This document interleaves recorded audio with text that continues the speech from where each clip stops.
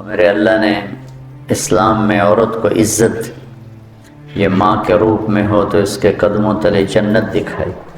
یہ بیوی کے روپ میں ہو تو اللہ نے فرمایا اعلیٰ درجے کا مسلمان وہ ہے جو بیوی سے اچھا سلوک کرتا، یہ بیٹی کے روپ میں ہو تو ایک بیٹی کی شادی کر دے تو جنت میں نبی کے ساتھ ایسے ہو جائے۔ اس طرح میرے نبی نے یوں اشارہ کر کے دیکھا۔ یہ بہن کے روپ میں ہو تو بہنوں کو پروان چڑھا دے، بیٹیاں نہ ہوں، اور بہنوں کو حصہ بھی دے، شادی بھی کرے، رخصت بھی کرے، خیال بھی رکھے تو جنت اس کے لیے واجب ہو جاتی۔ پہلی بیٹی پیدا ہو، پہلا بیٹا پیدا ہو، ہم خوشی مناتے ہیں، دیگیں چڑھاتے ہیں، بکرے ذبح کرتے ہیں، آسمان سے کچھ بھی نہیں ہوتا۔ اگر پہلی بیٹی پیدا ہو اور خامند بھی خوشی منائے اور بیوی بھی، یہ شرط ہے، تو آسمان سے ایک فرشتہ اترتا ہے جس کے سبز زمرد کے پر ہوتے ہیں، وہ اس بچی پر، اس ماں پر ایسے پر بچھا دیتا ہے اور کہتا ہے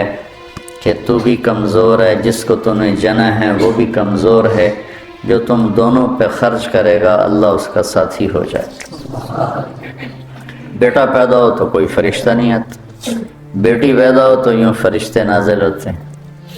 تو اللہ تعالیٰ نے عورت کو عزت دی، مقام دیا، ہر رشتے میں، ہر روپ میں اس کو ایک عالی شان مقام دیا کہ یہ کھلونا نہیں ہے،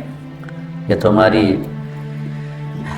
ہوس کو پورا کرنے کا آلہ نہیں ہے، اس کو اللہ نے عزت دی ہے، اس کو عزت کے ساتھ ہر رشتے میں اس کو عزت دو۔ اور علماء فرماتے ہیں کہ اللہ سیدھا دائیں طرف زیادہ افضل ہے بائیں سے، لیکن اللہ تعالیٰ نے اماں حوا کو بائیں طرف سے پیدا کیا، آدم علیہ السلام کی بائیں پسلی سے نکالا، تو بائیں طرف دل ہوتا ہے، سیدھی طرف دل نہیں ہوتا، دل الٹی طرف ہوتا ہے۔ تو اس میں ایک پیغام دیا کہ عورت کسی بھی رشتے میں ہو اس کی جگہ دل کے قریب ہونی چاہیے،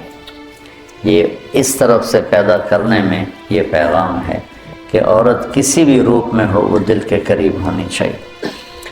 تو چونکہ دین سیکھا نہیں تو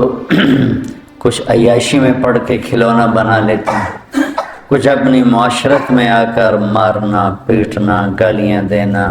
ماں نے شکایت لگائی تو مارنا شروع کر دیا، کسی بہن نے شکایت لگائی تو مارنا شروع کر دیا، باپ نے شکایت لگائی تو بے عزت کرنا شروع کر دیا۔ یہ میرے ماحول کی چیز ہے، اور اللہ تعالیٰ نے یہاں یعنی شہوت غلط لفظ نہیں ہے، خواہشات کو کہتے ہیں، خواہشات کی محبت ہر انسان کے دل میں ہے۔ سب سے پہلے عورت کو ذکر کیا ہے کہ کسی بھی گھر کی رونق عورت کے ساتھ، جس گھر میں عورت نہیں ہوتی وہ گھر چڑیا گھر بنا ہوتا۔ اور لباس سے دونوں کو تشبیہ دی کہ لباس سے ایک سیکنڈ کے لیے ہم بے نیاز نہیں ہو سکتے، ایسے ہی عورت کے بغیر اور عورت مرد کے بغیر ایک لمحے کے لیے ایک دوسرے سے بے نیاز نہیں ہو سکتے۔